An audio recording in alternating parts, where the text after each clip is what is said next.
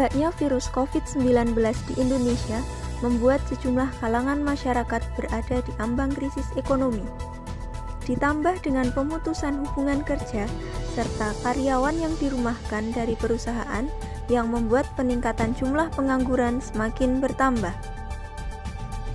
Adiati Aulia kini terpaksa menjadi pekerja lepas setelah diputus dari perusahaan tempatnya bekerja karena terdampak COVID-19. Mantan karyawan di sebuah hotel yang bekerja sebagai terapis di Spa Hotel Espak di Kabupaten Sleman, Daerah Istimewa Yogyakarta ini masih merasa beruntung karena setelah di PHK, ia masih mendapat pekerjaan lain. Meski pendapatannya tak sebanding dengan pekerjaan sebelumnya, namun aktivitas ini cukup membantu perekonomiannya. Setelah saya di PHK dari hotel, saya itu juga saya cuma menerima panggilan dari customer yang pernah saya pegang aja sih. Jadi beberapa customer yang pernah saya pegang di Spa Hotel itu juga kebetulan bertempat tinggal di Jogja.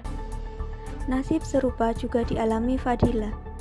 Ia juga di PHK dari sebuah perusahaan desain di Yogyakarta beberapa pekan lalu. Fadila tak mampu berbuat banyak karena ia tahu perusahaan tempatnya bekerja juga tidak mudah mengambil keputusan itu.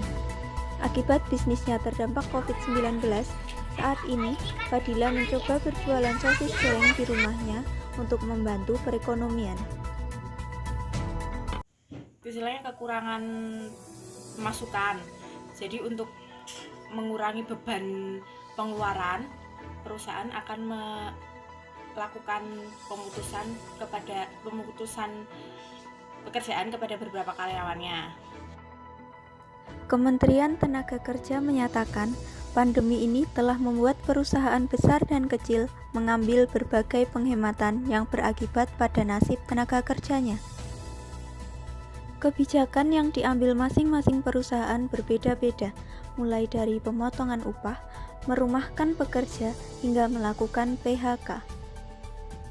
Kondisi ini diyakini mendorong kemerosotan ekonomi di Indonesia secara makro.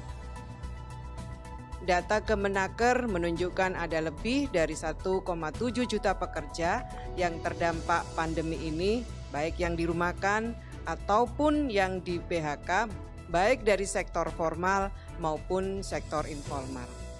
Berdasarkan data dari Kementerian Tenaga Kerja, jumlah pekerja yang terdampak COVID-19 hingga 20 April mencapai total sebanyak 1,7 juta pekerja dari sektor formal dan informal yang berasal dari 84.000 perusahaan. Sementara itu, terdapat sekitar 1,3 juta pekerja formal yang dirumahkan dari 43.000 lebih perusahaan. Sedangkan pekerja formal yang di PHK hampir mencapai 250.000 orang dari 41.000 lebih perusahaan. Tenaga kerja menjadi salah satu pihak yang paling rentan ketika perusahaan terdampak COVID-19. Meski tak satu pun negara di dunia ini pernah menghadapi pandemi ini, namun pemerintah wajib melindungi nasib para tenaga kerja. Tim Liputan Mercu TV.